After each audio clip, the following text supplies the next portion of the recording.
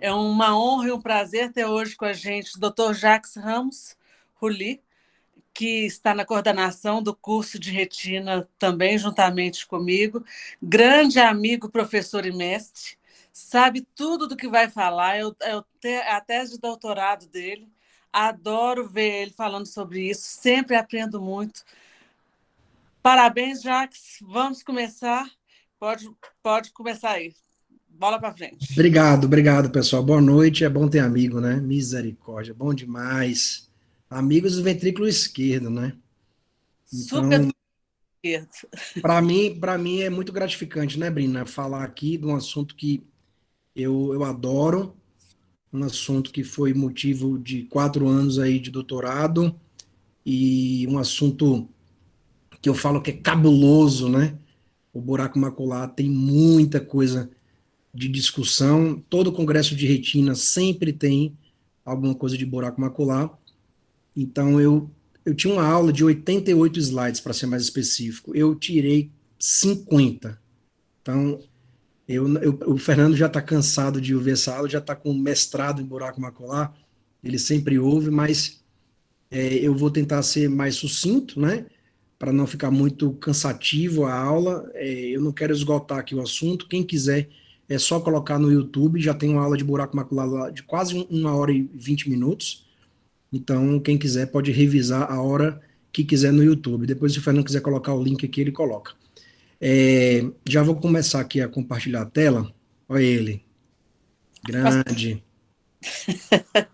Vamos lá. Então, não vou esgotar o assunto. É longo, né? Mesmo tendo quase 40 slides, é muita coisa. Então, eu quero finalizar isso aí umas 8h07, né? Daqui a 1 hora ou menos. Vamos colocar aqui no PowerPoint para a gente dar início. Ô, Brina, você fica então aí, o Fernando, como host, né? Aí eu peço só para deixar os microfones desligados,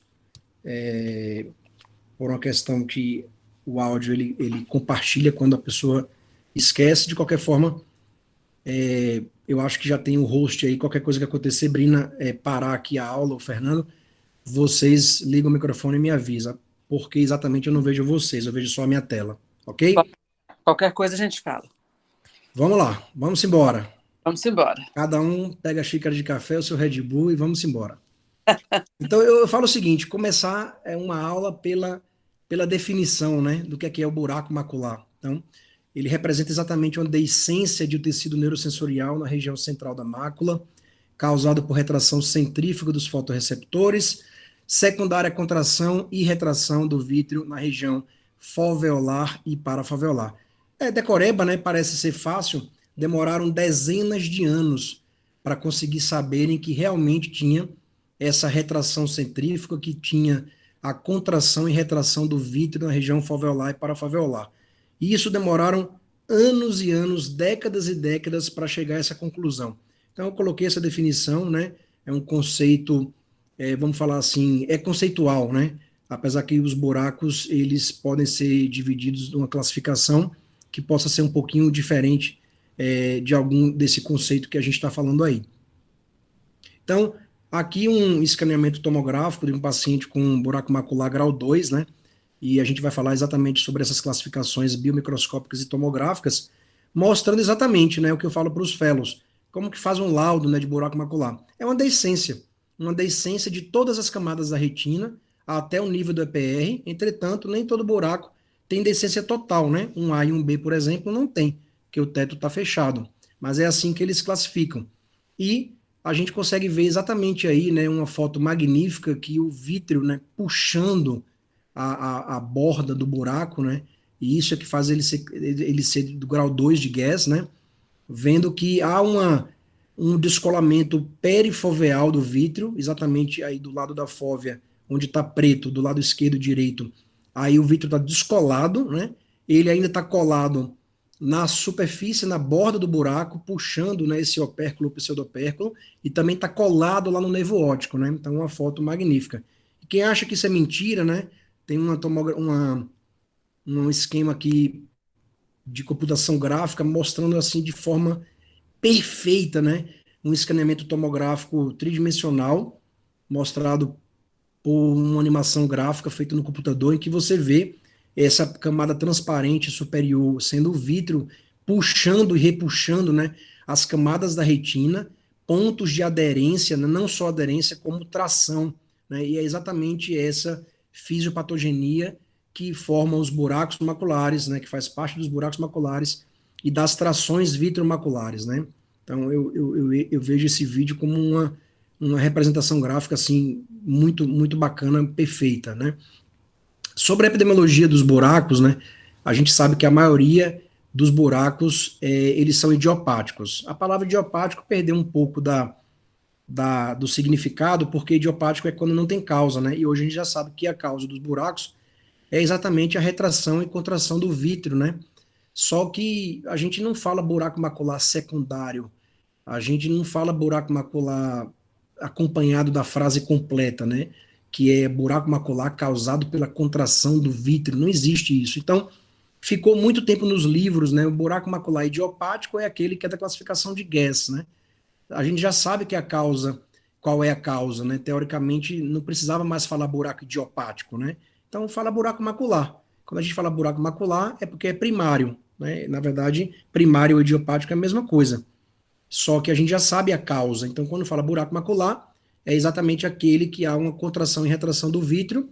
E quando for secundário, por exemplo, a alta miopia ou por um trauma, a gente coloca buraco macular miópico ou buraco macular traumático, né? Então, é assim que a gente define hoje, né? Eles não são mais idiopáticos.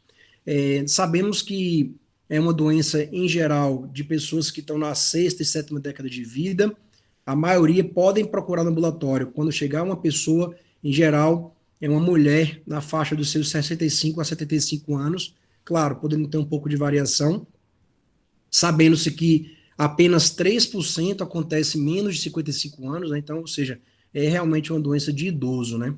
E 10 a 20% dos casos são bilaterais. Isso nos autoriza já a fazer uma tomografia, é obrigatório você escanear o olho contralateral, ok? Exatamente por essa questão da bilateralidade. Em 5 anos, você tem um buraco macular no olho contralateral em 10 a 15% das pessoas, ou seja, aquela pessoa que apareceu com um buraco no olho, ela pode não ter nada no outro olho, você escaneia e realmente não encontra nada. E aí você deixa a paciente para lá, né? E aí depois de 5 anos, de 100 pessoas, 10 a 15 pessoas vão desenvolver buraco no outro olho. Então você tem que ficar atento sempre no olho contralateral, principalmente se o vítreo ainda estiver colado, né? É uma doença do gênero feminino, de 2 a 3 mulheres para cada um homem, né? E a gente sabe que quando o vítreo descola, né, há um baixíssimo risco, né, quase impossível de desenvolver um buraco macular, porque se a causa é o vítreo, né, então se ele está descolado da região macular, não precisa ser do nervo óptico, né, basta estar descolado da região macular, que é quase impossível desenvolver buraco macular com o vítreo descolado. Entretanto, né, na literatura, há sempre um miserável que ele fala, impossível não é quase impossível, porque existe na literatura relatos de casos em que os pacientes desenvolveram buraco macular com o vítreo totalmente descolado. Então, não é impossível. E, em geral, a incidência de 1 para cada 5 mil pessoas. O Guedes já falava, né, em 88, quando ele fez o primeiro artigo da classificação dos buracos maculares, ele falava, eu examinei o paciente tal, dia 17 de fevereiro, e exatamente, ele falava, né, como que era a progressão, né, em poucas semanas, ele falava, hoje, dia 27 de março, o paciente evoluiu com buraco macular grau 2, então, em semanas ou meses, o buraco macular ele vai progredindo, né, na sua classificação de 1A até a classificação grau 4, né, em semanas ou meses. Então, quando o paciente vai para o ambulatório com buraco macular, por exemplo, grau 1B ou 2, não adianta você mandar ele voltar daqui a 6 meses, que ele vai voltar com buraco macular grau 4, com a visão de 2400 ou conta-dedos, né? Então tem que ficar bastante atento quando você vê que o vítreo está puxando e está querendo formar um buraco macular. Vale a pena você escanear em poucas semanas ou poucos meses, no sentido de 1 mês, talvez no máximo 2 meses, e olhe lá. A suspeita diagnóstica é quando o paciente tem diminuição da acuidade visual, né? Eles falam também que a visão está distorcida e pode apresentar uma mancha preta no centro da visão, né? Sendo o escotoma central, absoluto, quando é totalmente preto, ou relativo, quando ele é meio cinza, né? E alguns buracos a gente sabe que podem resolver de forma espontânea, principalmente quando eles têm a classificação de 1A e 1B, porque 50% deles podem resolver de forma espontânea. O vidro solta e o paciente acaba fechando o buraco de forma espontânea. E existe relatos na literatura de fechamento espontâneo para grau 2, grau 3 e até grau 4, que é quase impossível, mas o mais comum é fechamento espontâneo nos buracos 1A e 1B. 75% dos buracos no estágio 2 evoluem para 3 ou 4. Ou seja, quando eu vejo um paciente com buraco macular grau 2, por exemplo, eu já não penso em outra coisa que não pedir o pré-operatório, porque eu sei que quando ele voltar, ele vai voltar com grau 3 ou até grau 4, dependendo da demora, eu já peço o pré-operatório de imediato, porque a chance de um grau 2 fechar de forma espontânea é bem difícil. Eu, particularmente, nunca vi, e eles evoluem rapidamente para o estágio 3 e 4. E 3 e 4, na verdade, é praticamente a mesma coisa. O Guess só falava que a diferença era porque o vítreo estava descolado do nervo óptico, né, que é o grau 4, e quando ele está colado no disco é grau 3, mas é quase praticamente a mesma coisa. E a gente sabe que o prognóstico ele é ruim. Quem está no ambulatório lá sabe que paciente com buraco, eles não enxergam bem, tem um prognóstico muito ruim depois de vários anos de buraco, e quando não faz a cirurgia, o prognóstico realmente não é bom. A gente vê isso na prática. Então aqui há uma mistura, na verdade, da patogênese entre o que o Guess via na lâmpada de fenda, né, e o que a gente vê na tomografia de coerência óptica, sabendo que na classificação de Guess não existia OCT. Se existia, era escondido, porque ele via na lâmpada de fenda, né, e ele classificou tudo de forma com a lente vendo na lâmpada de fenda. Aqui há um mix, né, entre a biomicroscopia na lâmpada de fenda e a tomografia de coerência óptica, tá? Então, o que é que começa, como que começa os buracos maculares? Primeiro, o vítreo, ele descola da região perifoveal, tá? É a primeira alteração que a gente vê e fica mantido colado na fóvea. Aí começa a ter uma tração que pode ser antero-posterior, que é a mais comum, e também pode ser de forma tangencial, que é para os lados, tá?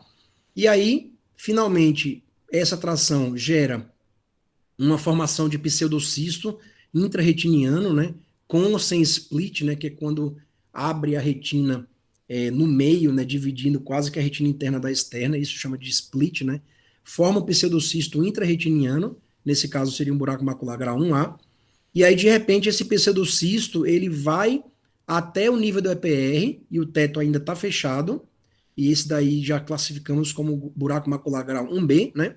Finalmente, o buraco ele se torna vero. Quando que o buraco se torna vero? Quando abre o teto. Quando abre o teto, o buraco macular já é classificado como grau 2, né? Sabendo-se que se o vítreo tiver na borda do buraco, aí é 2. Se ele soltar da borda do buraco, aí é 3. E se ele soltar do nervo óptico, é 4, né?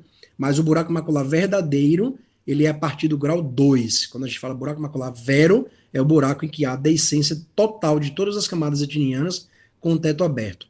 Finalmente, a hialoide, ela descola da superfície do buraco, aí ele deixa de ser 2, vai para 3, forma cistos intrarretinianos, como se fosse edema da borda do buraco. Alguns pacientes têm depósitos amarelados dentro do buraco macular, semelhante a drusas, né, que é um sinal de cronicidade.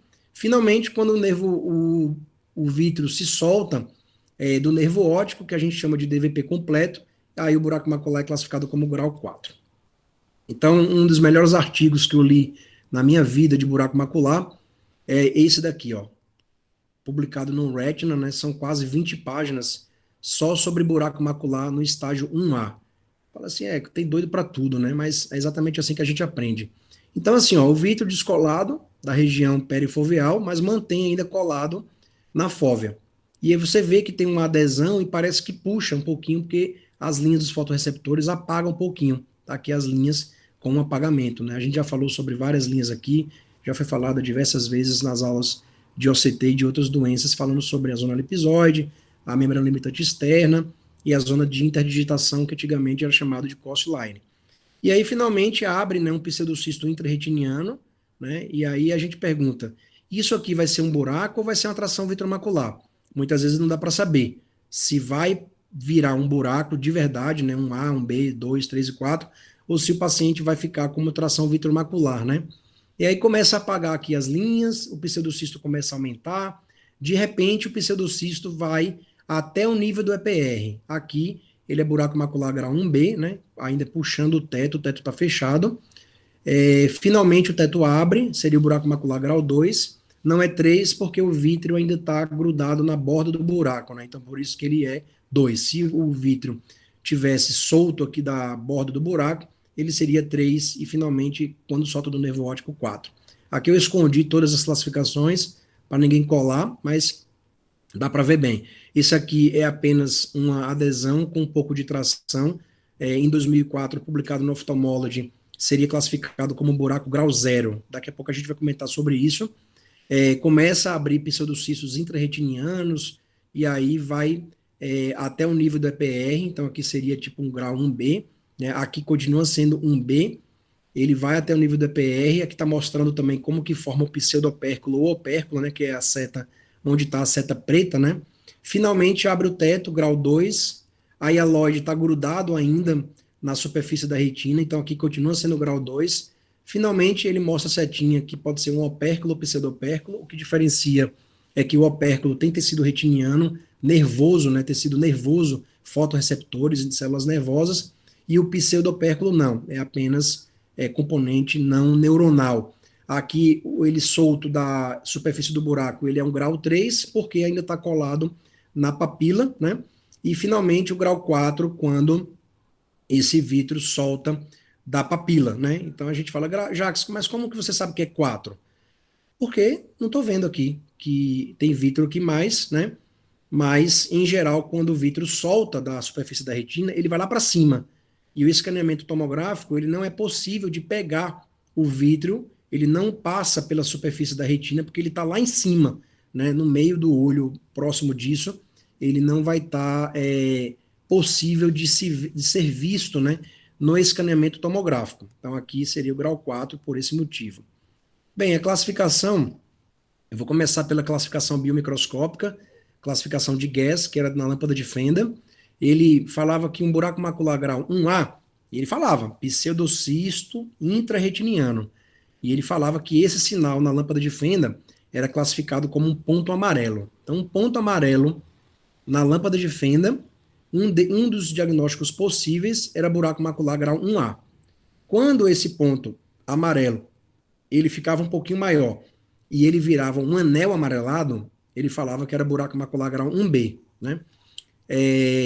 Quando o buraco abria o teto e ele via o teto aberto e ainda falava esse buraco macular grau 2 de forma excêntrica, né? Quando que, na verdade, semelhante a uma lata de leite condensado, ele via a tampinha aberta pela metade, né? É incrível como ele falava que conseguia ver o buraco aberto, o teto aberto e o vítreo grudado, né, aplicado em meia lua, como se fosse meia lua na borda do buraco, né? Ele classificava como grau 2. Finalmente soltava da superfície da retina, aí chamava grau 3, e aí ele é um buraco maior, pode ter depósitos amarelados na base do buraco. E finalmente grau 4, a única diferença é que se você estiver fazendo uma oftalmoscopia binocular indireta, você vir um anel de Wise, é porque ele é grau 4, porque o anel de Wise representa o DVP completo. Se você não vir, você pode ficar na dúvida se é 3 ou 4. Mas aí, às vezes, quando você faz o escaneamento tomográfico, passa o protocolo em cima da papila e você vê que o vítreo está grudado no nervo óptico, aí seria grau 3, né? Vejo muita diferença hoje em dia na prática entre 3 e 4. O que há diferença é na parte cirúrgica. Eu posso comentar lá na frente. Então, o buraco macular 1A, ele falava que era uma perda da depressão foveal em um ponto amarelo na fove, então que é o ponto-chave, né? Essa palavra ponto amarelo. Já sabia que havia um descolamento da fovéola, né? O grau 1B é um anel amarelado, né? Com esse número de micrômetros aqui. Finalmente, a abertura do teto. Então, a palavra mágica para buraco macular grau 2 é que ele se torna vero, com deiscência de todas as camadas com o teto aberto, né? Pode ser central ou excêntrica, né? Conforme eu acabei de falar. O buraco macular grau 3, ele fala que é aproximadamente 500 micrômetros, mas na verdade muitos livros falam que é um buraco macular acima de 400 micrômetros.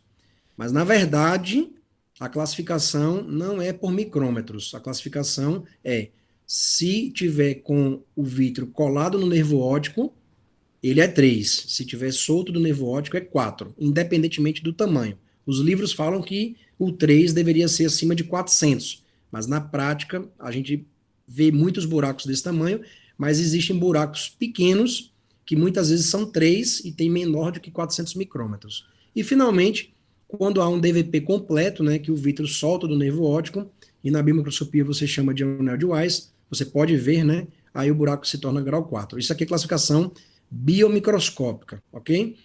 Então eu trouxe um artigo do American Journal, né? Porque se fosse no Brasil, falariam que é porque o Brasil é esculhambado, né? Mas aqui é do American Journal. Então, é um artigo mostrando, né, várias marcas de tomógrafos e mostrando a classificação aqui do lado, né? Então aqui ele coloca TVM, né, tração vitromacular, com buraco macular e edema macular cistoide.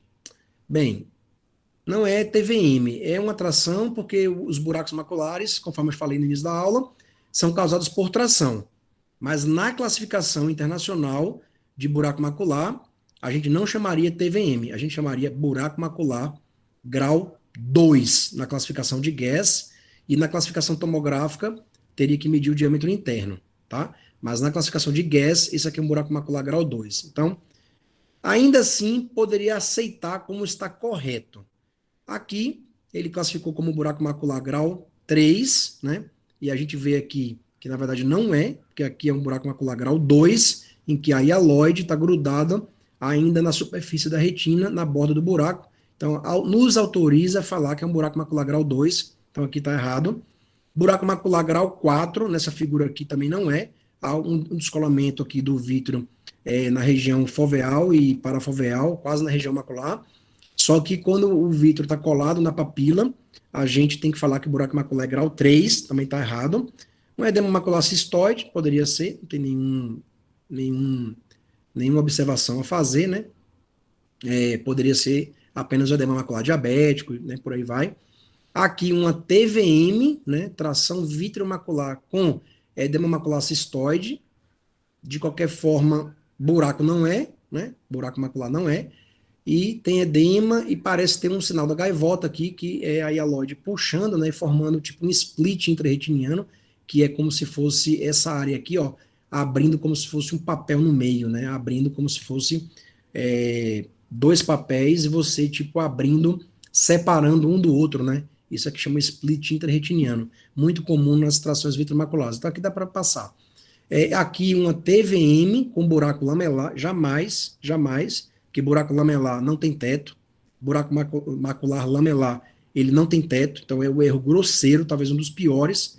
Aqui uma tração vitreomacular com sinal da gaivota, então aqui realmente é uma TVM, mostrando aqui claramente a retina abrindo no meio, isso é que chama de split, mas jamais seria um impende macular hole. Impende macular hole é um buraco macular grau 1A e 1B. 1A e 1B chama impende macular hole. Buraco macular oculto é um buraco macular grau 1B. Jacques, poderia ser um B? Poderia, porque o teto está fechado. 1A, o teto está fechado e a deiscência não vai até as camadas, até o EPR. Essa é a definição de buraco macular grau 1A. Mas não seria 1A, porque aqui, na verdade, é uma atração vitromacular, né? Clássica, que não solta, fica puxando a superfície da fóvea, abre um split intraretiniano e continua assim, às vezes, vários meses e não desenvolve buraco. Então, essa paciente ou esse paciente, na verdade, tem um sinal da gaivota e tem um split intraretiniano, é provável que ele não vá desenvolver buraco. Isso aqui é uma atração vitromacular. Então, com muita má vontade, poderia falar que é um buraco macular, impende macular hole, né? Então, eu ainda acho que a classificação não deveria ser feita dessa forma. E, finalmente, aqui um buraco macular, que ele não fala qual é o estágio, né? Junto com o edema, né? Edema da borda, né? Que deixa passar. Então, errado, errado, errado e errado, né? Um artigo publicado no American Journal. Se fosse nos arquivos brasileiros de oftalmologia, falava que é no Brasil, que é o país esculhambado. Tem nem vacina para vacinar o povo. Sobre a apresentação clínica dos buracos maculares, né?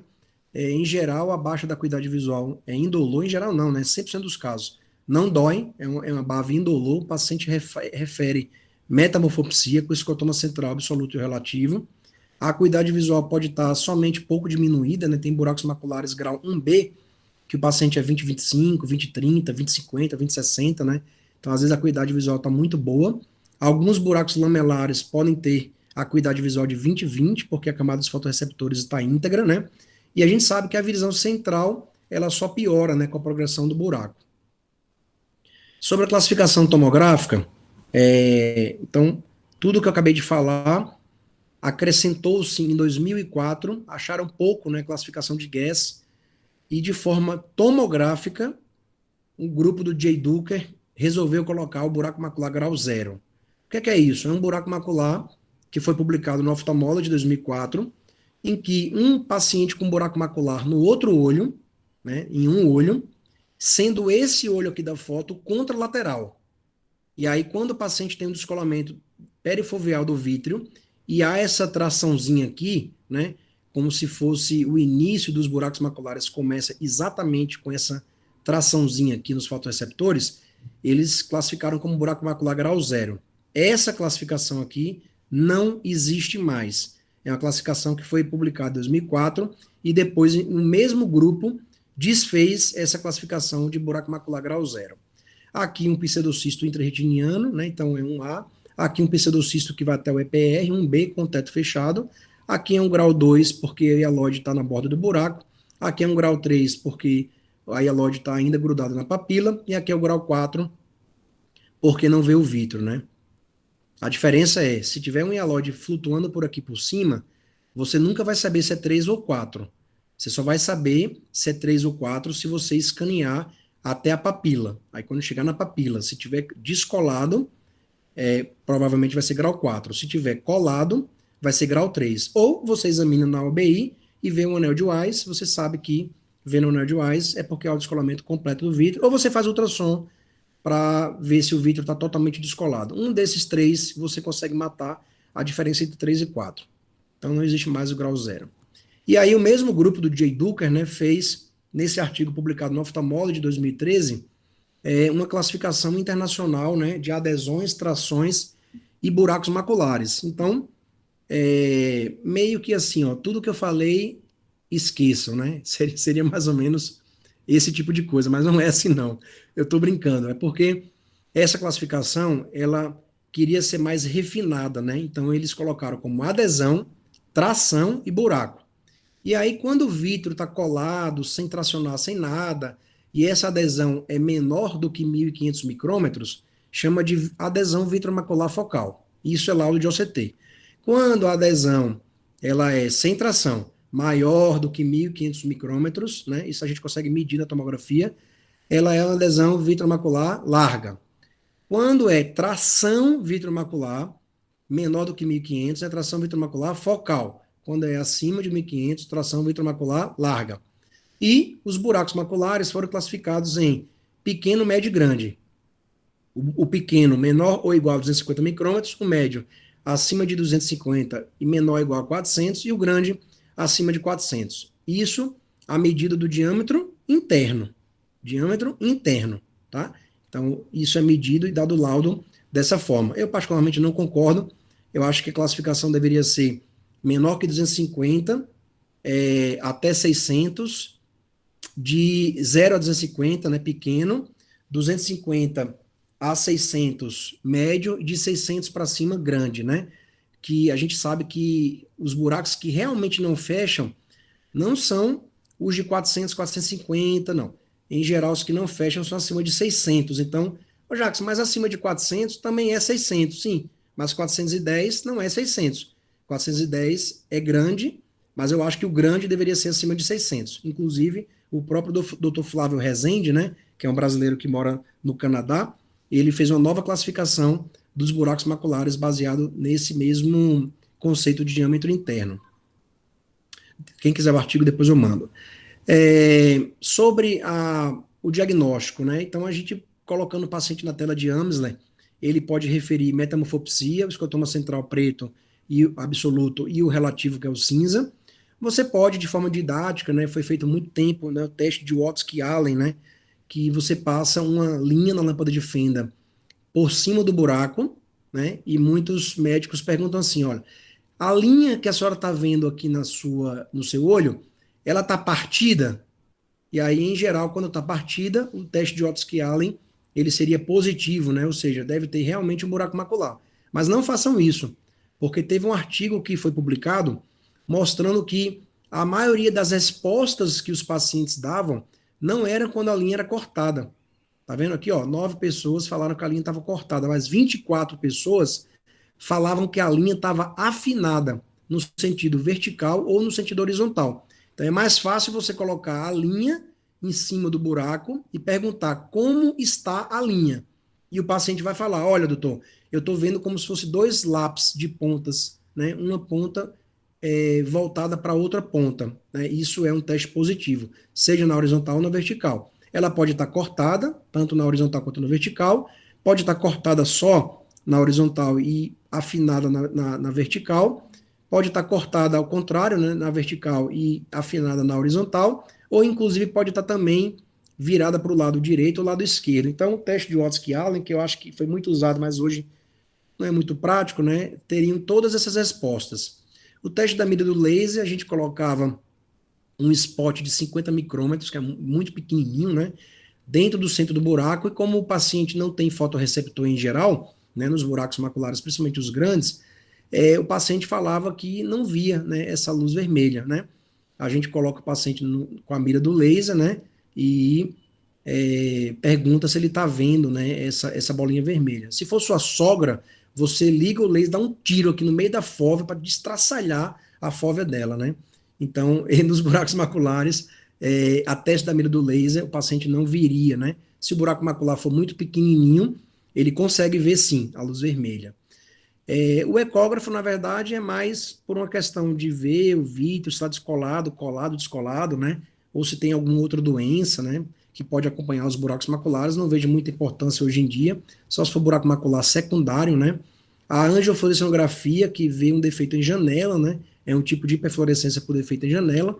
Também não vejo muita importância se for buraco macular do GES, né? Buraco macular que era chamado de idiopático primário, não vejo muita importância. Mas se for um buraco, por exemplo, secundário, a telangiectasia parafoveal, aí é sensacional você ter a angiofluorescilografia. A autofluorescência, você vê uma hiperautofluorescência, né, que é o cinza claro aqui. Muitos testes foram perdendo assim, um pouco da importância, exatamente por causa da tomografia de coerência óptica. Não só existe buraco macular vero ou buraco macular da classificação de Guess.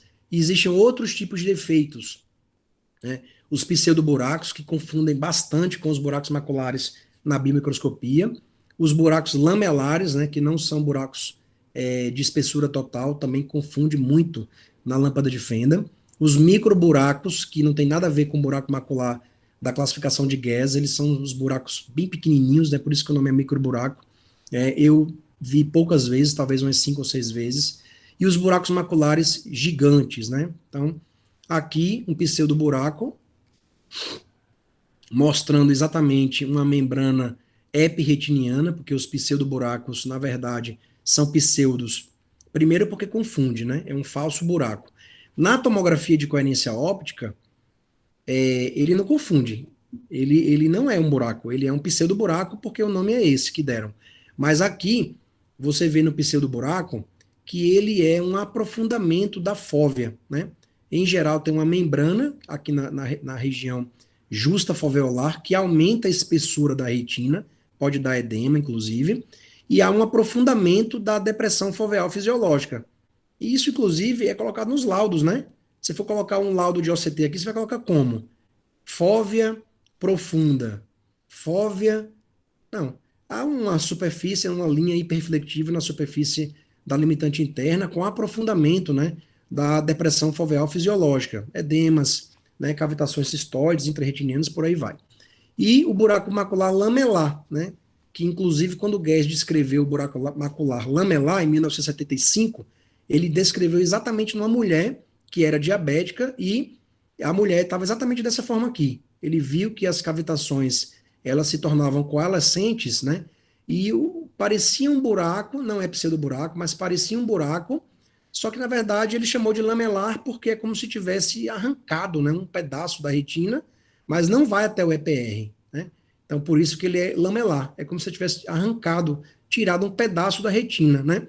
E isso aqui é um buraco macular lamelar. Por isso aquela classificação do American Journal, que estava com um teto aqui, jamais poderia ser lamelar, né? Porque o lamelar nunca tem teto. Nunca. Os microburacos, né? Esse paciente, quando eu trabalhava na ocular, e esse paciente eu mesmo fotografei ele, e ele falava que não enxergava bem, e eu olhava, não via nada, visão de 20/50, e aí eu muito caprichosamente fui olhando no fundo do olho, de repente eu vi um ponto vermelho, eu falei, que é isso? Chamei ele para o retinógrafo, comecei a bater foto e aí vi. Realmente não vê quem não quer. Tem uma bolinha vermelha aqui, ó. Esse é o olho direito e aqui o olho esquerdo, né? Ele era 20/50. E eu não sabia por quê. De repente fui olhar 2011. E aí o paciente, na verdade, tem a tomografia aqui dele, né?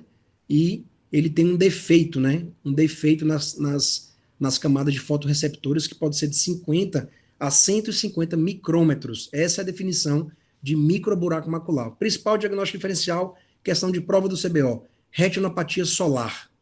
Retinopatia solar é o principal diagnóstico diferencial de microburaco. Na verdade, o microburaco não é buraco, né? Ele é, na verdade, uma falha, né?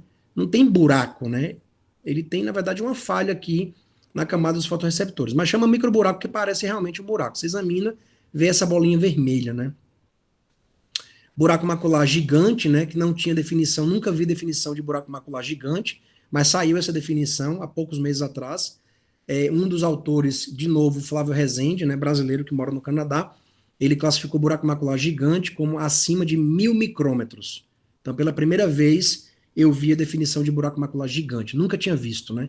Então, se o nervo óptico tem 1.500, com certeza, aqui tem mais de 1.500, aqui é um gigante. E esse pequenininho aqui, ó, né, esse pequenininho aqui, que não sei como é que cabe dentro do olho, né, é um buraco macular que deveria ser gigantíssimo, né, um buraco macular realmente monstruoso, né, e a visão, por coincidência, 20/200, né, não é coincidência, vamos falar assim, curiosidade, né, 20/200.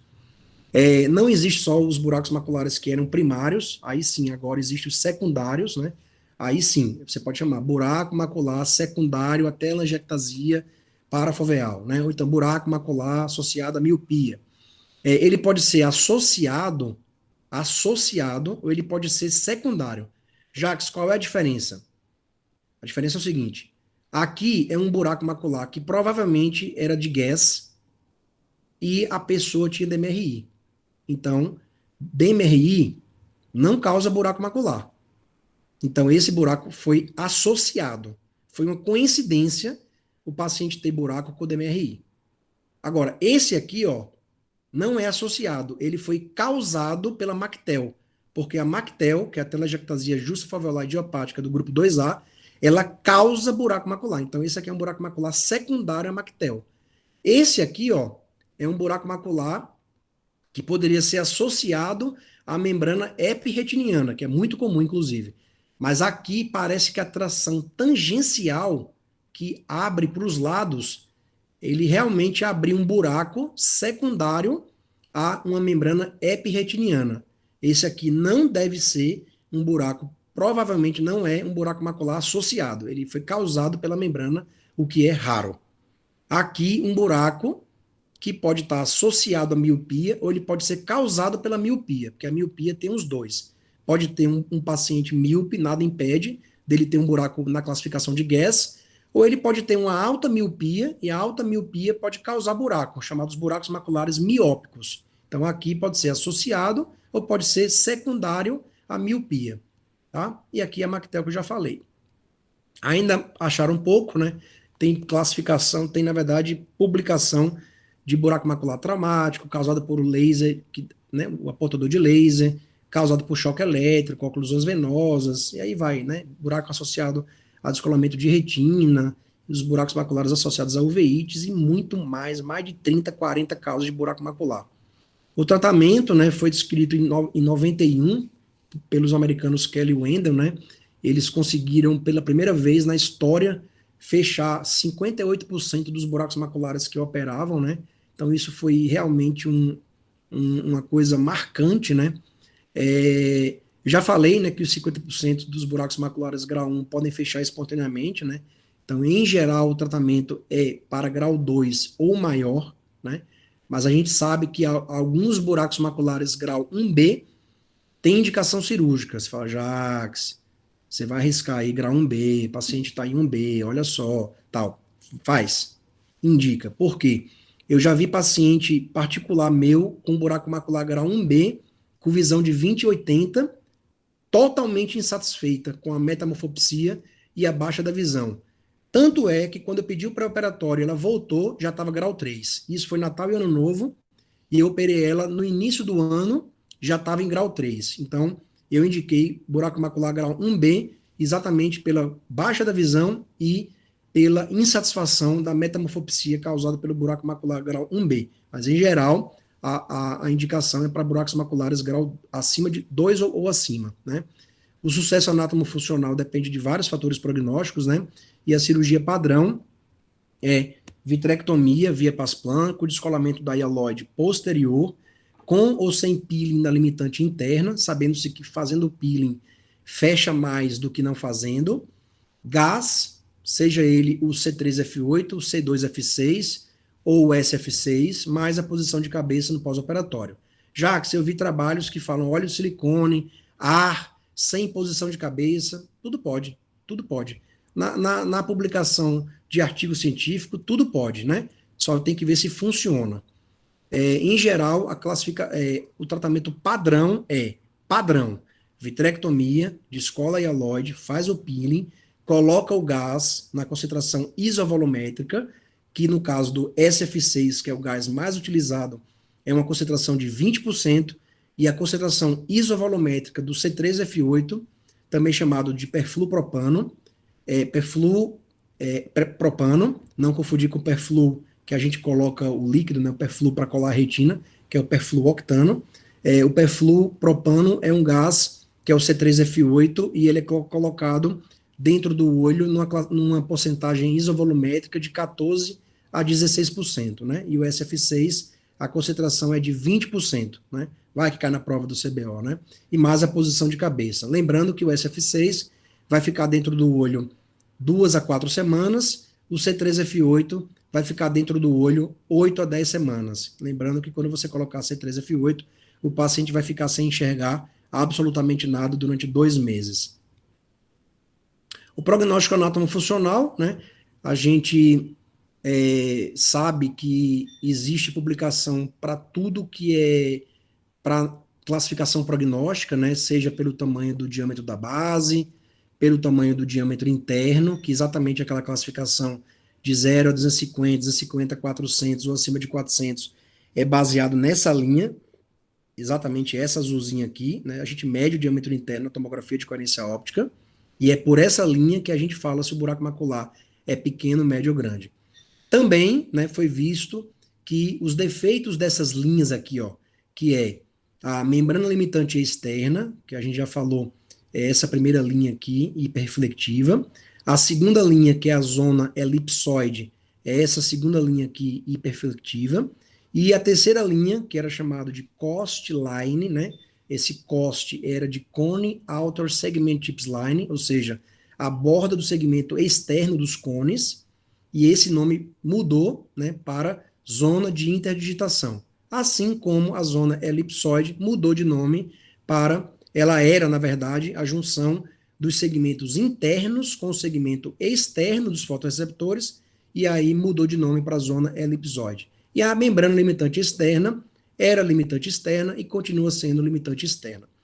Olhando todos essas setas aqui, existem os fatores prognósticos, né? Por exemplo, um diâmetro interno de 800 é um fator prognóstico ruim, porque o buraco é muito grande, né? Ele é acima de 400, então ele tem a tendência de fechar menos. Assim como os defeitos dessas linhas aqui, ó. A distância dessa seta para essa, a distância dessa seta para essa, a distância dessa seta para essa, né? Quanto maior esse defeito aqui, né, no pré-operatório, pior o prognóstico no pós-operatório, né? Assim como o defeito da seta amarela, assim como a distância entre as setas brancas, assim como o diâmetro interno também é um fator prognóstico, assim como o diâmetro da base, angulação da borda, né, a altura do buraco e vários fatores prognósticos, tanto anatômicos para fechar, né? Quando a gente fala anatômico, é prognóstico que é para fechar. Quando a gente fala funcional, é prognóstico para ver se vai melhorar a visão, né? Então, fora isso, aqui ó, a altura do buraco, mais a inclinação das bordas, se tem ou não tem edema de borda, né? Se tem viabilidade neuronal, né? Por exemplo, um buraco que tem edema, ele é mais fácil de fechar do que um buraco que não tem edema. Quanto mais inclinadas as bordas do buraco, mais fácil de fechar. Então, isso tudo já foi examinado, já foi visto, né? Como fator prognóstico. A gente teve exatamente a minha tese, viu, né? Essa análise quantitativa, né, dos defeitos da membrana limitante externa, que é essa daqui entre as setas brancas, né? O defeito da zona elipsoide, né, que é o defeito aqui, a distância daqui para cá, e o defeito da zona de interdigitação, né, é um buraco, foi um trabalho, o maior trabalho do Brasil de remodelação tomográfica dos fotoreceptores, né, foi maior porque foi coincidência mesmo, não foi porque a gente quis, né, isso é por sorte, isso é por coincidência, mas realmente um trabalho que gerou, né, minha tese de doutorado, a gente ficou estudando 4 anos, né, sobre esses defeitos, né. Além disso, muito antes da minha tese, né, em 2002, na verdade isso aqui não foi em 2002, foi em 95, em 1995, o professor Carmen Pulia Fito, ele inventou um parâmetro chamado HFF, chamado Hole Form Factor. Ele falava assim, olha, se você somar a altura do buraco C mais D e dividir pela base, se essa soma com divisão der maior do que 0,9, podem fazer isso no ambulatório, é provável que 100% vai fechar. Se essa soma das alturas pela base for menor do que 0,5, apenas 67% vai fechar. Então, o HFF ele é um fator prognóstico anatômico. Anatômico. Ele é um fator prognóstico para fechamento. Ele é prognóstico anatômico, ele não é funcional. O Macular Hole Index, publicado em 2004, ele é a divisão da altura pela base. Não me perguntem por que a altura aqui foi medida no sentido oblíquo e aqui a altura foi medida no sentido vertical. Não sei por que os autores não têm essa unanimidade, não têm essa mesma linha de raciocínio, né? Eles uma hora é oblíquo, outra hora mede a altura de forma vertical, né? Mas de qualquer forma, o Macular Hole Index, dividindo A pelo B, né? Quanto ele é maior ou igual que 0,5, melhor a acuidade visual no pós-operatório. Então aqui o MHI, ou Macular Hole Index, ele é um prognóstico funcional. É claro, Jacques, que para ser melhor um prognóstico funcional, primeiro o buraco tem que fechar, né? Primeiro o buraco tem que fechar. Porque se não fechar, não vai melhorar a visão. Então, primeiro tem que fechar. Por isso a importância dos prognósticos anatômicos. Agora, se depois que fechar vai melhorar ou não a visão, aí foi para isso que foi feito os prognósticos funcionais. Inclusive, esse trabalho aqui publicado pelo nosso grupo, né, junto com o meu orientador, ele viu o prognóstico funcional. Funcional. Todos os buracos aqui fecharam e a gente viu a visão de todo mundo e o defeito de todo mundo dessas linhas para ver se tinha a associação, né, entre o defeito das linhas e a melhora da visão ou não, né, a melhora ou piora da visão. E em 2007, publicado aqui nos Arquivos Brasileiros de Oftalmologia, foi feito o índice prognóstico de buraco macular, feito pelo Negreto, né, e mais algumas pessoas, se não me engano, André Gomes, não. Está publicado nos arquivos, eu não tenho certeza de quem são os autores, mas é um trabalho brasileiro em que, dividindo a altura do buraco pelo diâmetro interno, eles viram o seguinte: quando esse índice é menor do que 0,6, há 11 vezes mais chance de o buraco não fechar. Quando o diâmetro interno, esse é um dos resultados. O outro, por coincidência, eles falaram o seguinte: olha, no nosso trabalho, quando o diâmetro interno era maior do que 600, também tinha 11 vezes mais chance do buraco não fechar. E olha que interessante, no nosso trabalho, que houve um fechamento de 94% dos buracos maculares, 94%, os 6 buracos que não fecharam na minha tese, todos foram acima de 600. É por isso que eu não acho que a classificação de 400 ela é a mais correta ou a mais sensata, né? Eu dividiria diferente, mas quem sou eu para falar, né? A última, acho que o último slide, né? O último. Aqui nós sabemos vários critérios prognósticos na cirurgia do buraco macular. Tem critérios clínicos, tem critérios tomográficos no pré e critérios tomográficos no pós. Ó, Jacques, como assim no pós? Depois que opera, você vai falar o prognóstico se... depois que opera. Depois que opera, não é antes, depois. Então tem critério antes e depois. Dos critérios clínicos, acuidade visual pré-operatória. Então vamos fazer um raciocínio aqui rápido. Eu tenho um paciente com buraco macular grau 1B. 1B, em geral, é 20/25 a 20/60. E eu tenho um paciente com buraco macular grau 4. Ele está 20/400. Quem é que tem pior prognóstico? Você não tem dúvida que o pior prognóstico é o buraco macular com acuidade visual de 20/400. Porque ele já está no grau 3 ou 4, né? Então, na verdade, a acuidade visual meio que anda paralelo ao tamanho do buraco, né? A classificação do buraco. E também anda paralelo à duração dos sintomas. Por exemplo, a senhora está sentindo isso desde quando? Olha, eu tenho esse diagnóstico, doutor, de buraco, lá no outro hospital onde eu era atendido, há 10 anos atrás. Então, ela tem buraco há 10 anos. E outra paciente começou a sentir metamorfopsia na semana passada. Quem é que tem mais, o prognóstico é melhor? Com certeza, a paciente que chegou na semana passada, né? Então, o paciente que chegou fala, doutor, né? O Fernando sempre sabe dessa piada que eu falo, doutor, eu tô vendo você torto, né? Aí você acha que, não, eu sou torto mesmo, né? Eu sou assim meio tortuoso, né? Então, esse é a metamorfopsia. Na semana passada, ela vai ter um prognóstico melhor. E aí eu já expliquei, né? Que a acuidade com a duração dos sintomas geralmente tem a ver com o tamanho do buraco e, consequentemente, com a classificação do buraco. Então, aqui está explicado. No pré-operatório, eu acabei de falar de vários índices morfométricos, né? Tanto para prognóstico anatômico quanto para prognóstico funcional. Quem quiser, todos esses artigos aqui é só me mandar um e-mail. Baseado no diâmetro interno, a gente já viu que a classificação atual é baseada no diâmetro interno. Já teve artigo que se classificou o prognóstico pelo diâmetro da base. Quanto maior a base, pior o prognóstico. E os defeitos das camadas da membrana limitante externa, zona elipsoide, zona de interdigitação. Exatamente aqui, ó. Então, esse defeito aqui, ó, de uma seta para outra, quando ele é pequeno, o prognóstico é melhor. Assim como os defeitos aqui da linha amarela, assim como o defeito entre a linha branca. Você mede daqui para cá, você mede daqui para cá e você mede daqui para cá. Quanto maior os defeitos, pior o prognóstico. Então, defeito no pré-operatório, né? Aqui é pré-operatório, aqui é um buraco que não foi operado, é pré-operatório.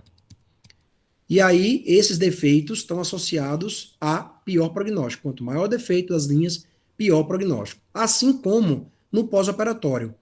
Quanto maior o defeito das linhas no pós-operatório, com buraco macular fechado, as linhas vão se reconstituindo e quanto maior o defeito, em geral, o paciente enxerga menos.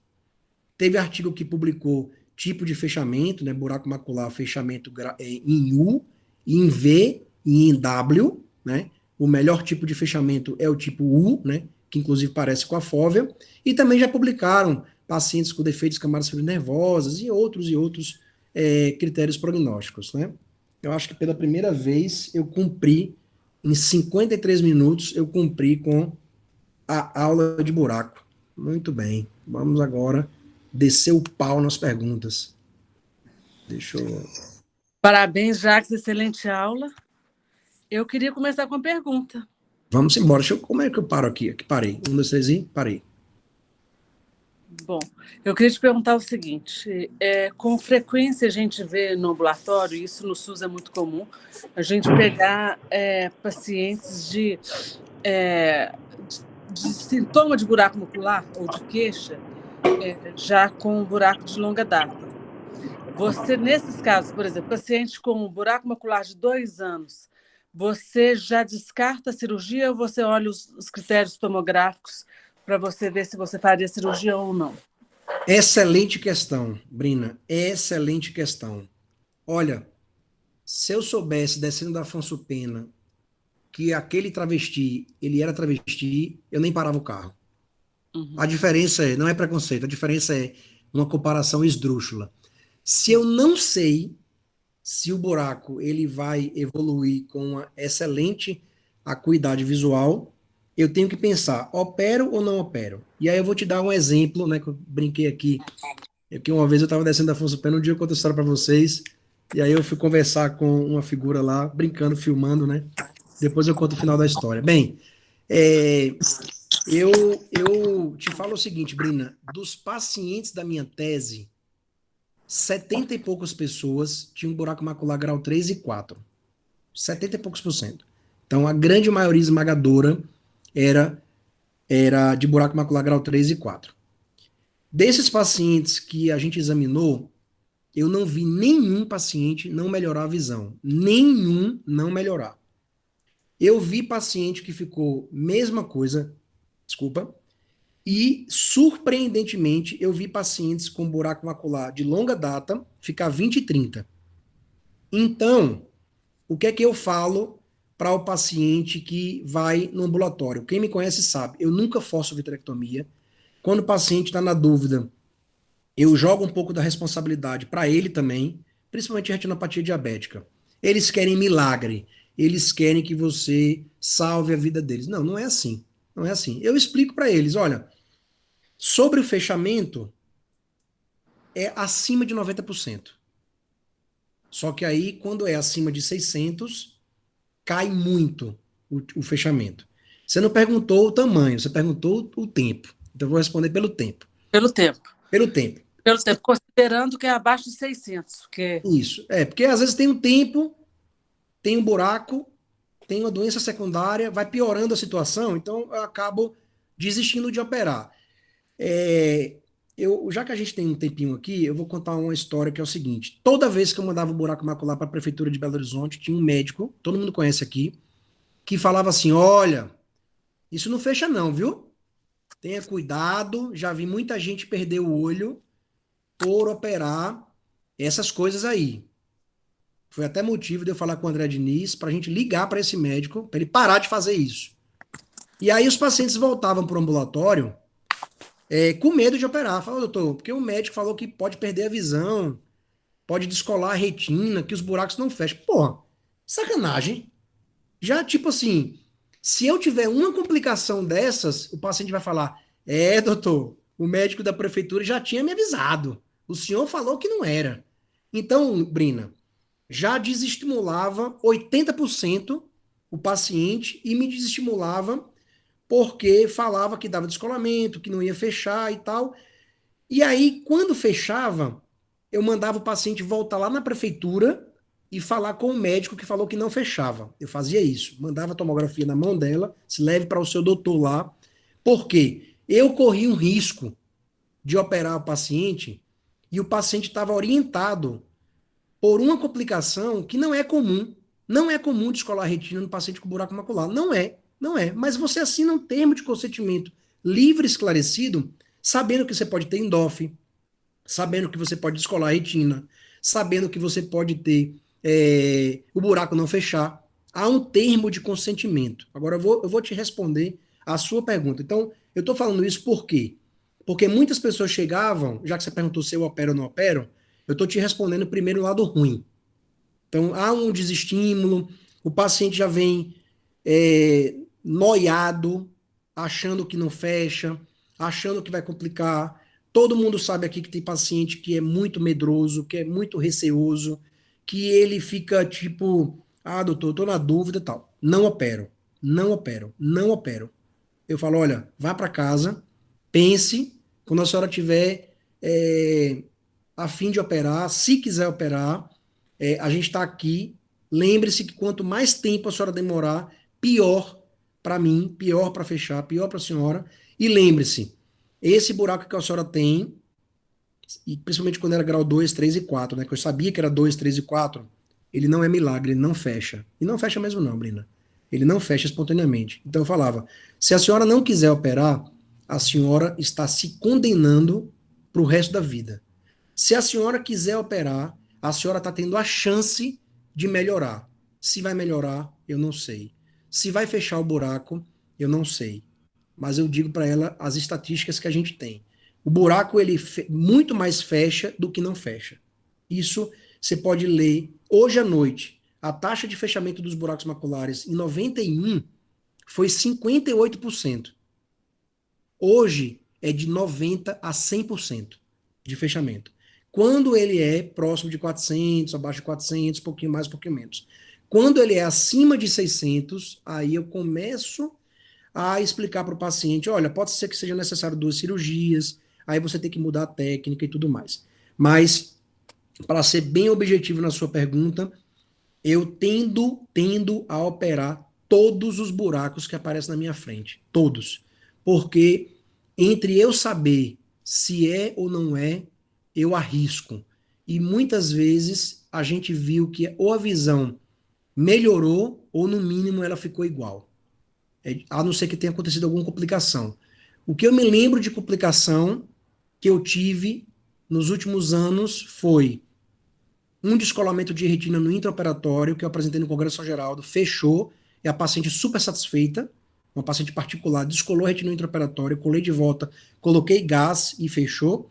E um paciente que levou uma bolada de futebol, estava com um buraco macular gigante, e na hora que eu fui aspirar, a soft tip bateu na mácula, ele era 20/200 e ele continuou 20/200. Então, foi o que eu tive de complicação nos últimos anos. Já que você caiu, a segunda complicação cortou. Você caiu, não falou. Caiu, então eu vou repetir. A segunda complicação foi no paciente que era jovem, tipo quase 40 anos. Ele tinha um buraco macular traumático com uma bola de futebol de salão. E quando eu e o Bruno Filgueira, ex-fellow, né, a gente estava operando esse paciente, a minha soft tip, né, ela desrosqueou e bateu na mácula, né? Então, ela não bateu na fóvea, mas bateu próximo da arcada, gerou um edema de retina gigante, mas o paciente ele era 20/200 com um buraco macular gigante. Ele era 20/200 e ele continuou 20/200 e o buraco não fechou, né? Eu acho que inclusive foi o primeiro buraco da Fundação Newton Rocha que não tinha fechado, porque o resto, o Felipe Godinho é prova disso. Tinham todos fechados. Por isso, Brina, que eu opero. Não é sensacionalismo. Se você perguntar ao doutor Márcio, ele vai te responder a mesma coisa. Se você perguntar ao Carlos, ele vai responder a mesma coisa. Se você perguntar para a Elke, ela vai responder a mesma coisa. Porque quem é buraqueiro vai querer operar no sentido de tentar melhorar. Não tem jeito. Então, continuando as perguntas, depois eu deixo o pessoal perguntar também. Buraco macular traumático, normalmente você aguarda quanto tempo para ver se vai ter fechamento espontâneo antes de operar? Excelente questão também. Vou ser bem objetivo. Os trabalhos falam para esperar até 8 semanas. Eu costumo pedir o pré-operatório, explico que pode fechar, mas às vezes ele vem tipo um grau 4, não é grau 4 porque é traumático, né? Então não pode classificar. O maior erro de congresso é você classificar os buracos maculares em grau 1 a 4 e ele não ser de Guess. O maior erro do congresso é esse. Então, se ele é traumático, ele não é grau 4. Mas ele é igualzinho ao grau 4, né, as bordas elevadas e tal, ou grau 3. Eu já peço o pré-operatório. Na volta, eu escaneio o paciente de novo. Em geral, demora um mês para o paciente voltar com todo o pré-operatório. Se não fechar, eu já marco a vitrectomia. Eu não sou muito paciente para esperar o buraco, tipo, 8 semanas, 2 meses ou mais. Mas os trabalhos falam que o fechamento é muito mais alto do que os da classificação de Guess, e, em geral, você poderia esperar 1 a 2 meses. Então, de forma objetiva, eu espero 4 semanas. E minha última pergunta, para deixar o pessoal perguntar também, em relação à posição de cabeça. Quanto tempo você normalmente deixa? Cortou seus dedos, só está aparecendo metade. 3 dias. Tá, ok. Sabe por quê, Brina? Não é à toa, né? Os trabalhos antigamente falavam em 7, né? Tinha clínica que o paciente dormia na clínica, ainda tem aqui em Belo Horizonte, uma maca com um buraco, o paciente enfiava a cabeça dentro do buraco e ficava lá o dia inteiro. Vamos supor que a cirurgia foi de manhã, ele ficava lá o dia inteiro, às vezes até dormia lá. E a minha resposta é baseada no seguinte: quase que 100% dos buracos maculares fecham nos primeiros 3 dias. Então, eu não espero muito mais. O paciente começa a ler. Eu falo 5 para ver se o cara faz 3. Mas eu não falo 3 porque ele faz 1 ou 2, né? Mas se ele fizer nas primeiras 24 horas, bem, cabeça para baixo o tempo todo, a chance de fechar é bem grande, viu, Brina? Mas eu peço 3 para ter uma gordurinha a mais, um tempinho a mais. Eu queria Acabou, fazer mais acabou um. que as minhas respostas da segunda e terceira pergunta, né, contrabalancearam com o tempo da primeira. Pronto, então tá bom. E a última pergunta, vou deixar o pessoal perguntar agora. Paciente com buraco macular no olho e tração vitromacular no outro olho. Você acompanha esse paciente normalmente com CT de quanto em quanto tempo? Como que é a sua conduta nesses casos com o olho contralateral? Ué, Brina, é uma pergunta ampla, né? Mas eu vou ser sucinto. Na verdade, já pode ter indicação cirúrgica, já nesse mesmo dia que eu examinar os 2 olhos, já tem indicação cirúrgica nos 2. Eu vou escolher qual que eu vou operar primeiro. Vou te dar um exemplo. Se eu pegar um paciente com 5 anos de buraco macular grau 4 no olho e uma tração ou um buraco macular tipo grau 1B no outro olho, eu vou operar primeiro o grau 1B. Porque ele vai voltar com um buraco geralmente grau 2 e ele vai ter um prognóstico muito melhor. O problema é, ele é olho único. Porque no outro olho, um buraco macular grau 4, em geral, o paciente é 20/200 para cima. E eu estou sendo bonzinho. Buraco macular grau 4, em geral, é 20/400 para pior. Então, eu vou operar o olho de melhor prognóstico. Então, funciona meio que parecido para tração. Se eu tiver um buraco muito velho no olho, em uma tração vitromacular, que está puxando a fóvea, com aquela gaivota lá, paciente baixando a visão no olho da tração, é mais fácil eu indicar primeiro a tração. Porque se a paciente não operou o buraco macular do outro olho há 5 anos atrás, né? O cavalo passou selado e ela não montou há 5 anos atrás, não é agora que vai fazer diferença. Tipo, então eu vou operar primeiro o olho de melhor prognóstico. Respondi a sua pergunta? Respondeu. O Gilberto quer perguntar também. Ó, tem musiquinha de fundo, ó. Era novela. Bicho, novela. Na verdade, o povo tá vendo novela aqui. Na verdade, minha pergunta ela é menos prática, mas uma curiosidade, assim. Das formas que não vitrectomias para operar a síndrome de tração vitreomacular, vamos supor que você tem um buraco que ainda não tem o desprendimento total da hialoide. Eu sei que a ocriplasmina é difícil de estocar, o pessoal não fala muito mais nisso, mas Vai, tem não. secção por gás, por ar, aquela técnica em que você tenta descolar a hialoide antes do buraco ficar mais grave com uma injeção de gás, que é uma forma mais conservadora. O que você pensa sobre isso? Bom demais. Pergunta excepcional. Esqueça a ocriplasmina, ela adeus, né? Ela é o famoso Getrea, né? A pronúncia, cada um fala de um jeito, né? Getrea, né? Bem, o Getrea, ele foi utilizado para fazer a vitreólise e descolar a hialoide da superfície retiniana, né?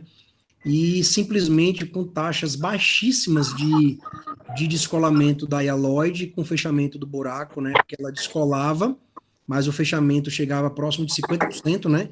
Sabendo-se que a vitrectomia, no mesmo ano né? No mesmo ano que foi lançada a ocriplasmina, a vitrectomia fechava próximo de 95%. Então, a ocriplasmina, esqueça. Além disso, dava alterações retinianas. A injeção de ocriplasmina dava complicações causadas pela própria injeção. Uma outra saída que você tem é injetar gás dentro do olho do paciente. Você, né, injeta 0,3 ml de gás, pode ser o C3F8, por exemplo, ou SF6, para tentar mobilizar a cabeça do paciente e você tentar soltar, né, essa hialoide da borda do buraco, né, ou da tração, e fechar. Né? Eu, particularmente, não faço. Já fiz no São Geraldo, não faço por quê? Dois motivos. Eu já vi umas crises de glaucoma para matar, né? Porque você injeta o gás a 100% dentro do olho. Não é numa concentração isovolumétrica. O que é a concentração isovolumétrica? É a concentração de determinado gás que você injeta e ele não vai expandir. Isso chama concentração isovolumétrica. Ou seja, do SF6, que é o hexafluoreto de enxofre, ele é 20%. Então, se você puxar 2 ml de gás, claro, a 100%, né, na bala, a 100%, e você puxar 8 ml de ar, 2 em 10 é 20%. Então, a seringa tem gás a 20%. Se você injetar dentro do olho, claro, não é a seringa inteira, você vai injetar o gás a 20%. Ele não vai expandir. Mas no caso da vitreólise pneumática, ela é injetada o gás a 100%. Então você injeta, fica aquela bolhona lá. Se conseguir bem, se não conseguir, ainda tem indicação da vitrectomia, né? Mas eu conheço, por exemplo, colegas, né? A Brina também sabe, pessoas que adoram, tentam tal. Eu, particularmente, vejo a vitrectomia como uma melhor indicação. E ainda vou falar por quê. Não é somente porque eu gosto. É porque a vitreólise só serviria para um A, que raramente alguém indica, um B e dois. Três não. Três já está descolado do buraco. Três não. Três não serve. Quatro não serve. E se você opera a maioria dos buracos grau 3 e 4, para que diabo você vai fazer vitreólise pneumática? Entendeu? Nos buracos. Na tração, não. A tração, ela é tração exatamente porque fica lá puxando a fóvea para sempre. Ela não solta nem a pau. O paciente fica lá com vários anos, meses, anos, puxando. Esse poderia tentar, né? Eu primeiro quis olhar os buracos e explicar por que eu faço vitrectomia. E nas trações, poderia ser um bom exemplo, né, de você injetar para tentar soltar a tração. Aí a vitrectomia é perigosa, porque quando você solta a tração que está puxando a fóvea, quando você vai lá com o vitreófago e puxa com altíssimo vácuo, você pode abrir o teto de um buraco, ou seja, o que não era buraco virou buraco. Essa é a desvantagem de você operar um buraco, uma tração vitromacular com o vitreófago e você puxar o teto da fóvea. Só que o Dr. Márcio descreveu uma técnica em que tanto você pode deixar o teto do buraco, você come todo o vítreo em volta do teto e deixa o tetinho. Você fala assim, como assim? É invisível? Não, não é invisível, não. Você coloca triancinolona, cora o vítreo, aí o vítreo fica todo branquinho. Você come todo o vítreo em volta, só não come a tampinha que está sendo puxada pelo vítreo. Automaticamente você tira o vítreo daqui de cima, a tampinha que está aqui puxando a fóvea, você deixa e coloca o gás. Quando você coloca o gás, o paciente fica na posição e a tampinha volta para o normal. Isso é uma técnica para você evitar a arrancoterapia da fóvea. A outra técnica é você entrar debaixo da hialóide posterior, né? Então é uma gaivota, né? Aqui, ó, gaivota, que está grudado na fóvea e aqui está solto da fóvea. Você entra por aqui pelo lado e você injeta perfluocarbono subhialoideu e o perfluocarbono disseca e solta o teto da tração vitromacular. É outra técnica para você evitar essas arrancoterapias, né? Mas respondendo a pergunta, eu sou muito mais a favor da vitrectomia. É uma questão pessoal, né? Isso é uma questão pessoal. Se você perguntar para outras pessoas, tem pessoas que tentam a vitreólise pneumática, sabendo-se que quando a vitreólise não resolve, vai para vitrectomia. Acho que o Fernando quer fazer uma pergunta também, Jacques. Fala, Herrick. Professor, primeiramente, excelente aula, viu? Obrigado, Fernando. Eu gostaria de perguntar sobre aquela parte do artigo do teste de Weiss-Allen, que normalmente ele dá positivo quando o buraco é grande, por exemplo, um buraco macular grau 4, tem-se a interrupção de uma faixa fina projetada sobre a retina central. Aí o artigo coloca como se não fosse algo fidedigno, como se não fosse algo assim que nós pudéssemos confiar. O porquê que o senhor acha que isso Tá no aí, selfie. ou que justifica esse artigo, hein? Vou explicar por quê. Na verdade, nem é muito mais feito, né, esse teste de Watsky-Allen, né? Lembre-se que muita coisa era feita porque não tinha tomografia. Aí a pessoa via no ambulatório um buraco, olha, não tem tomografia, não é Hospital de Olhos Wilton Rocha que entra o cara que vende pipoca e ele vai direto para o Heidelberg. É o único hospital de Belo Horizonte que faz isso. O paciente ele entra e vai direto para o Heidelberg. Isso não existe em canto nenhum do mundo, nem nos Estados Unidos. Mas aqui no Hospital de Wilton Rocha, no Hospital de Olhos Wilton Rocha existe. Entendeu? Então, antigamente Verdade. não tinha isso. Aí o cara ficava na dúvida: rapaz, será que isso aqui é um buraco?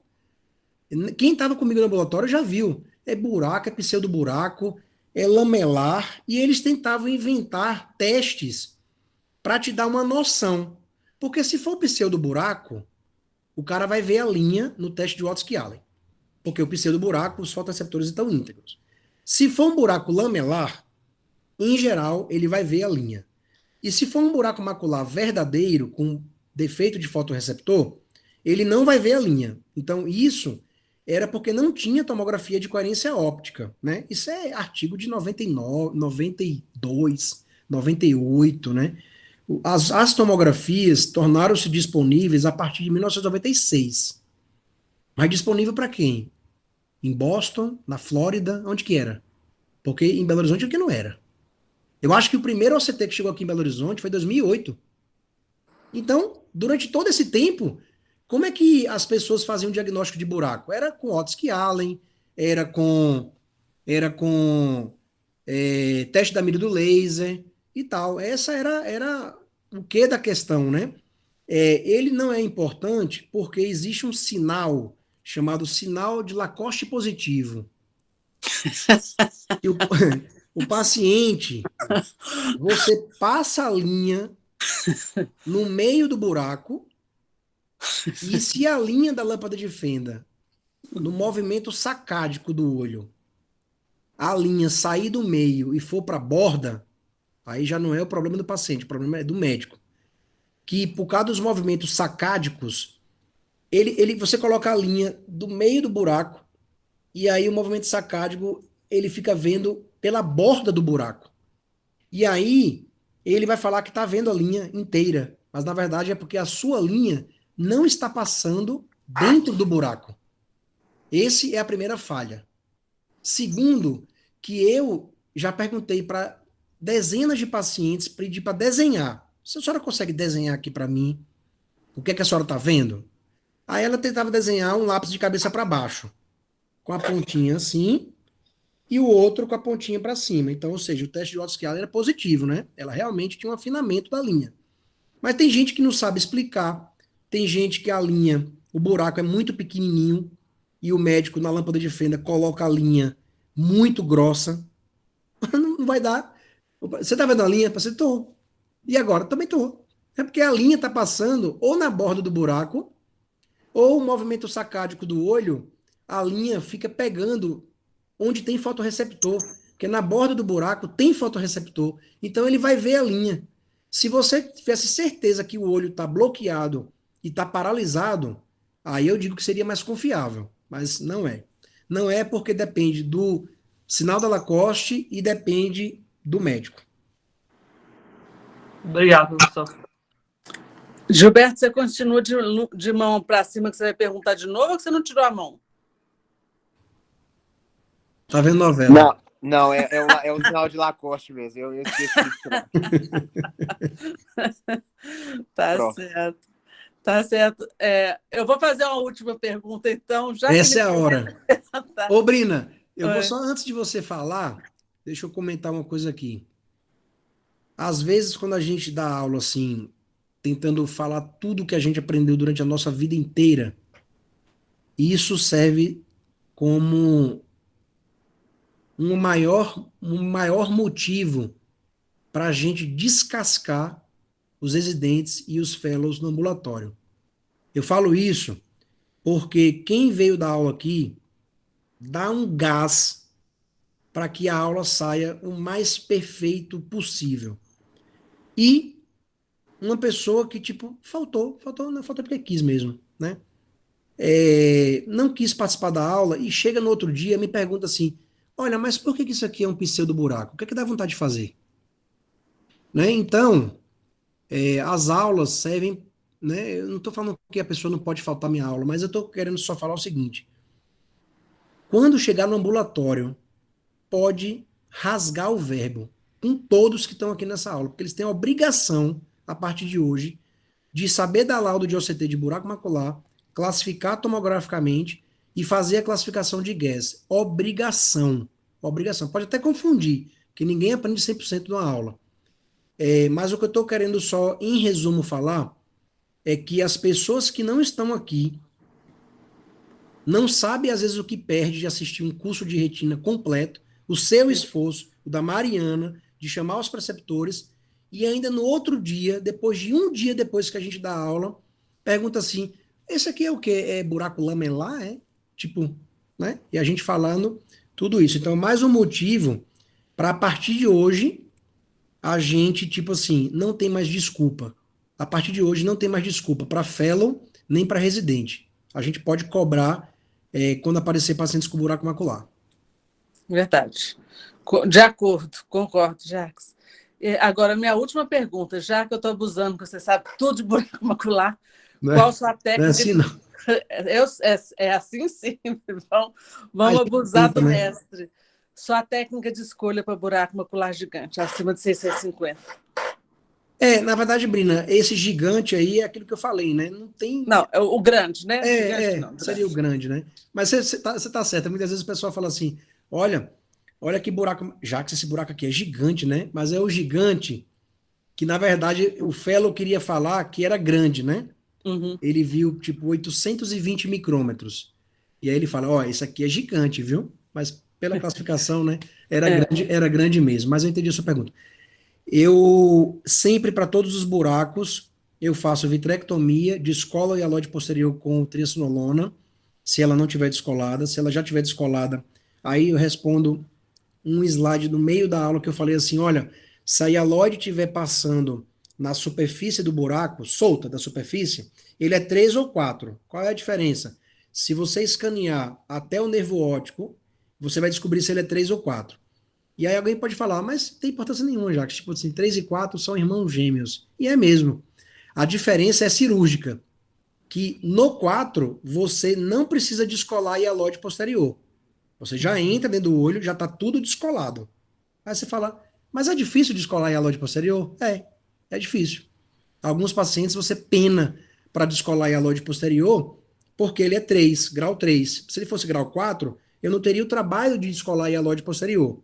Então, a técnica é vitrectomia posterior via pasplana, tiro a membrana, descolo a hialóide posterior, caso ela não esteja descolada, faço a coloração com azul brilhante e faço o peeling da membrana limitante interna. Eu tento em absolutamente 100% dos pacientes. Já que você consegue em todos? Não, não consigo. Consigo na grande maioria, mas alguns pacientes a gente tem uma dificuldade imensa de tentar fazer o peeling da limitante interna. E coloco o gás, que é o hexafluoreto de enxofre, o SF6, o mais comum, a 20%, e peço para o paciente ficar de cabeça para baixo, né? Em face down position, e cobro mesmo, e cobro. E tem um sinal que raramente as pessoas sabem, e eu nunca vi em livro nenhum. Eu aprendi com o Dr. Márcio. tem como você descobrir se o paciente fez ou não fez a posição de cabeça para baixo. Que é o seguinte, em geral, quando o paciente chega no primeiro dia do pós-operatório, se ele tiver um sanguezinho ali, umas hemácias, uma manchinha de sangue no endotélio, você examina assim, ó, ele aparece com um vermelhinho no centro da córnea, dentro, no endotélio, é porque ele cumpriu com o face down position. Em geral. Se ele não cumpriu, você não é obrigatório ter esse sinal, mas você não ia saber, não tem um sinal, será que ele não cumpriu, né? Mas esse é um dos sinais que o paciente cumpriu. Tá. E aí, quando cumpre, em geral, fecha, né? Esse é um dos sinais, então eu coloco o face down position de 3 dias. De 3 dias. Mais alguma pergunta? Obrigada, Jax. Que Obrigada. é isso. Que é isso. Patrícia vai perguntar. É um assunto, é uma delícia. Eu levantei a mão sem querer, eu ia falar que foi ótima aula, professor. Fala aí, Patrícia. Pergunta qualquer coisa. Ótima aula, ué. Muito boa aula. Obrigado, Jax, obrigado, né? como sempre, fantástico, sensacional. Realmente é um privilégio poder assistir sua aula de buraco macular. Obrigado. Você sabe tudo de buraco. Eu vou chorar, vou, Brina. Ó. Mas é verdade, é verdade. E obrigada pela disposição e por estar aqui com a gente e por todas as respostas aí desculpa aí o fato de eu ter te perturbado tanto, mas as respostas foram sensacionais. Muito obrigada. É isso, Brina, que é isso. Eu que agradeço, né? Inclusive, você que faz retina clínica, né? Não opera retina porque não quer mesmo. Mas você que faz a parte de retina clínica, né, de forma brilhante, foi a que mais se entusiasmou, a que mais perguntou. E outra coisa, pergunta de congresso. O que você falou aí foi pergunta de congresso. Os buracos maculares crônicos, qual olho que você opera quando tem tração e buraco no outro, né? Outras perguntas que você fez são perguntas assim que eu custei a entender. Eu só entendi porque se você visse quantas dezenas e centenas de artigos de buraco macular eu tive que ler, né, para um dia ficar bem no assunto, né, e cada ano muda, né, foi uma verdadeira enciclopédia de buracos maculares que eu tive que ler, né, para poder tentar responder todas as perguntas. Mas sempre que tem... E além de ler a sua prática, porque isso são coisas que não tem, essas respostas a gente não tem nos livros nem nos artigos, às vezes. Então, como você realmente tem muita experiência em buraco macular, por isso exatamente que eu estou te fazendo essas perguntas. Eu poderia ter trazido, né, cirurgia para poder mostrar, eu acho que uma falha não mostrar pelo menos uma cirurgiazinha, né, e tal, mas eu acho que a parte mais, vamos falar assim, teórica, que acaba ajudando muito na prática, cirurgia você coloca no YouTube, coloca lá buraco macular e vê a cirurgia como é que é, pronto. Mas se a gente fosse ficar discutindo aqui, o Fernando é prova disso, 1h30, 2 horas, ela não acaba, porque tem técnicas de buraco e tal, não é mais o meu objetivo, né? Eu antes queria esgotar absolutamente tudo que existia de buraco macular. Hoje, eu não acho isso mais tão possível, não acho que é interessante. O André falou uma coisa na aula passada que eu achei muito bom, eu concordo com ele, quando a aula passando de 50 minutos ou 1 hora fica maçante. Para a gente, Brina, que é preceptor, que a gente tem fome de aprendizado, que a gente quer secar todos os artigos científicos, o que sai de novo, o que tem nos livros, o que sai nos congressos, é muito bom. Quando você quer tomar vinho, você quer tomar o melhor vinho que tem. Agora, se você não gosta de vinho, não adianta você fazer aqui uma degustação dos melhores vinhos do mundo, porque não vai dar certo. Então, hoje eu realmente me superei. 53 minutos, obrigado aí. Parabéns, Jax. Parabéns por todo mundo que ficou, né? E agora, preciso e perfeito nas suas colocações. Obrigado. Excelente aula. Agora é esperar a prova, né? E assim, para matar. Para questão de buraco macular, já sabe, né? Boa noite a todos, Gilberto. Fica aí que a gente vai conversar, viu, Gilberto? Então tá bom, pessoal.